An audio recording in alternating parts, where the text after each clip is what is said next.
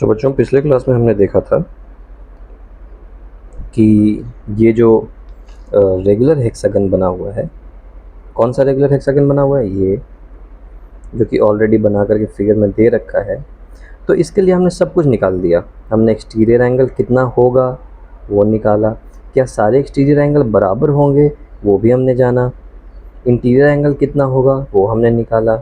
अब ये बोल रहा है कि यही एक्सरसाइज को, सेम इसी एक्सरसाइज को आपने एक रेगुलर ऑक्टागन के लिए रिपीट करना है और रेगुलर 20 गन के लिए रिपीट करना है। ठीक, तो चलो सबसे पहले रेगुलर ऑक्टागन के लिए देखते हैं। अगर रेगुलर ऑक्टागन है तो उसमें फिगर कैसे बनेगा, 8 साइड्स होंगे। ऑक्टागन मतलब 8 साइड, ऑक्टा। ओके, सो ये देखो बच्चों, ये तुम्हारे सामने मैंने 8 साइड का ऑक्टागन बना दिया है। अब ये क्या बोल रहा है क्वेश्चन में, ये बोल रहा है कि रेगुलर ऑक्टागन होना चाहिए। रेगुलर ऑक्टागन का मतलब ये साइड, ये साइड, या मैं बोलूँगा भी नहीं, मैं सिर्फ ऐसे कर दूंगा। ऐसा कर दूंगा तो तुम्हें क्या समझना चाहिए, ये समझना चाहिए कि ये सारे साइड्स बराबर हैं और ये रेगुलर है तो ये सारे एंगल भी बराबर होंगे, है ना। तो चलो एंगल को बराबर कर देते हैं। ये एंगल, इसका कुछ नाम रख दें एंगल का। मान लो ये एंगल, क्या रखना चाहते हो तुम खुद बोलो। यहाँ पे जैसे ए दिया हुआ था वैसे ही ए मान लेते हैं। यहाँ पे इंटीरियर वाला एंगल ए, ये भी एंगल ए, ये एंगल भी ए, ये वाला भी ए है, ये वाला भी ए है, ये भी ए है, ये भी ए है। ठीक है बच्चों, और तुम देखना कि जब हम रेगुलर ऑक्टागन वाला सॉल्व करेंगे तो क्या तुम ऑक्टागन के बाद जब ये 20 गन वाला सॉल्व करेंगे तो क्या तुम 20 लाइंस बनाओगे, 1 2 3 4 5 6 7 8 9 10 11 ऐसे तो बनाते रह जाओगे तुम एग्जाम में। तो हम देखेंगे कि इसको कैसे सॉल्व करते हैं हम शॉर्ट तरीके से। ठीक है, तो चलो अभी मैं शॉर्ट इसलिए नहीं कर रहा हूँ ताकि तुम्हारे दिमाग में सब कुछ अच्छे से बैठ जाए। ये 9 वाले सॉरी 8 वाले साइड्स का भी जो कि ऑक्टागन कहते हैं, इसको भी हम शॉर्ट तरीके से बना सकते हैं। ठीक है, बट पहले ये सीखो कि कैसे बन रहा है सो दैट आपके दिमाग में अच्छे से बैठ जाए। ठीक है बच्चों, तो चलो अच्छा इसके एक्सटीरियर एंगल कौन से होंगे बच्चों, तो एक्सटीरियर एंगल बना लो जैसे इसमें बना हुआ था। देखो इस वाले लाइन को ऐसे ऐसे ऐसे एक्सटेंड कर दिया, जो बाहर वाला एंगल हुआ वो एक्सटीरियर एंगल। तो मैं इस वाले लाइन को अगर ऐसे ऐसे ऐसे ऐसे एक्सटेंड कर दूं तो ये वाला एंगल एक्सटीरियर एंगल। इस वाले लाइन को अगर ऐसे ऐसे ऐसे एक्सटेंड कर दूं तो ये वाला भी एक्सटीरियर एंगल। इसको ऐसे कर दूं तो ये वाला एक्सटीरियर एंगल। ठीक है, ठीक है। नाउ वैसे ही मैं बाकी सारे बना नहीं रहा हूँ, बस इतना मैंने बना दिया, इसी की तरफ बना हुआ है ऐसा समझना। ठीक है जी, अब क्वेश्चन स्टार्टिंग से आ जाते हैं। Is x y z p q r सारे इक्वल हैं क्या। वैसे ही इसमें क्या होगा, अगर मान लो मैं इसको बोलता हूँ एक्स वाई जेड, इसको क्या बोलना पड़ेगा, और अगर ये पी है, ये क्यू है,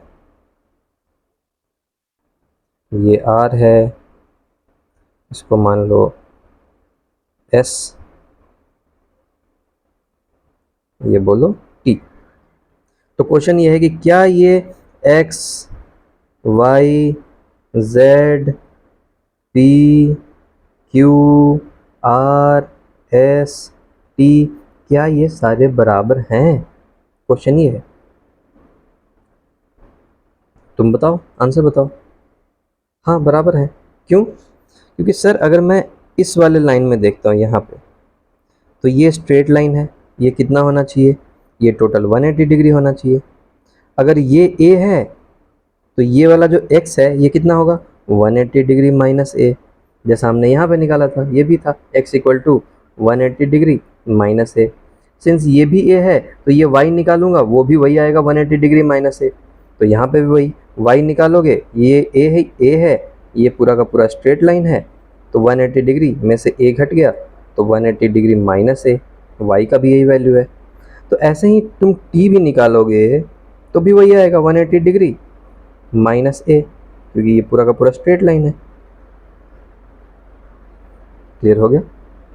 तो ये सारे बराबर होंगे। ये आंसर यस, यस आंसर है इसका।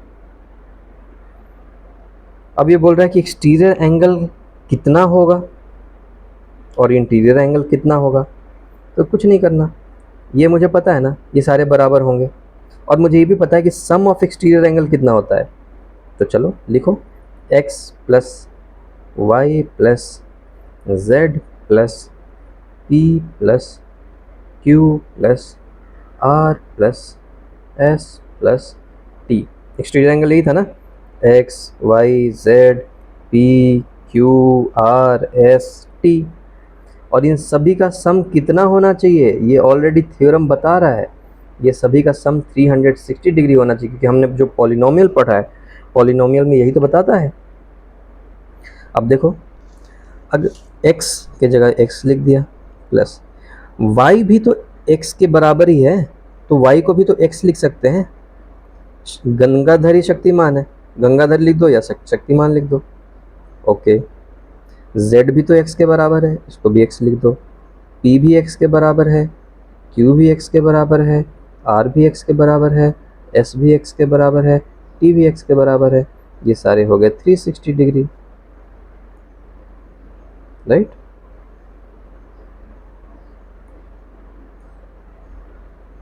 ओके, अब देखो कितने x, 1 2 3 4 5 6 7 8। देखो अब एक तरीके से तुम कुछ समझ में आ रहा है, ये ऑक्टागन है, इसलिए कितना x आ रहा है इसमें, 8x इक्वल टू 360 डिग्री। तो x equal to 360 divided by 8 कितना हो गया, 4 32 एंड 40 45 डिग्री। और देखो हेक्सागन में क्या हुआ था, अगर याद हो तुम्हें, ऐसा था। तो हमारा हेक्सागन में क्या आया था, हमारा आया था x plus y plus z plus p plus q plus r, इतना ही था। और इसके कारण हो गया था एक, यहाँ पे मैं x लिखूँगा, y के जगह पे भी x लिखूँगा, z के जगह पे भी x लिखूँगा, यहाँ भी x, यहाँ भी x और यहाँ भी x। तो कितना x हो रहा था, वो 1 2 3 4 5 6 है ना, और 6x इक्वल टू हो रहा था 360, इसलिए x इक्वल टू आया था हमारा 60 डिग्री। ये मैं इसलिए बता रहा हूँ क्योंकि हमारा ये जब क्वेश्चन हम बनाएंगे तो हमारे लिए आसानी पड़ेगा। 20 गन में ऑक्टागन 8 था इसलिए 8x आया, हेक्सागन में 6 साइड था इसलिए 6x आया। इतना दिमाग में रखना है, ठीक है। अब वैसे ही अगर ये 20 गन वाला हम सॉल्व कर रहे होते, रेगुलर 20 गन, तो इसमें क्या आता, क्या गेस करके बता सकते हो, ये आता 20x इक्वल टू 360 डिग्री। तो x इक्वल टू क्या आता है, 18 डिग्री। तो देखो एक ही साथ हमारा सब सॉल्व हो गया। अगर रेगुलर 20 गन की मैं बात करूं तो इसमें मेरा एक्सटीरियर एंगल कितना होगा, 18 डिग्री। ऑक्टागन में बात करूं तो इसमें एक्सटीरियर एंगल कितना होगा, 45 डिग्री। क्लियर है बच्चों? Okay, what about interior angle? Interior angle देख लें एक बार। इंटीरियर एंगल में तो कोई टेंशन ही नहीं है, क्योंकि जो भी है ये तो मेरा स्ट्रेट लाइन होगा ही होगा, और ये वाला एंगल मुझे पता है। तो इट इज़ लाइक कि ऐसे कोई एक स्ट्रेट लाइन बना हुआ है, एक ऐसे स्ट्रेट लाइन बना हुआ है, मुझसे नहीं बन रहा है तो मैं ऐसे कर लेता हूँ, ये लो, ऐसा एक स्ट्रेट लाइन बना हुआ है जिसमें ये वाला पोर्शन t है, और t क्या है, t ही x के बराबर है, सब कुछ सारे बराबर हैं, और x कितना आया था मेरा 45 डिग्री। तो अगर ये 45 डिग्री है तो बच्चों ये बता सकते हो ये वाला एंगल कितना होगा? हाँ बता सकते हैं। क्यों? क्योंकि ये पूरा का पूरा 180 डिग्री होता है, उसमें से ये वाला पोर्शन 45 डिग्री है ही, तो 180 डिग्री में से 45 घटा दिया जाए तो कितना आएगा, 135।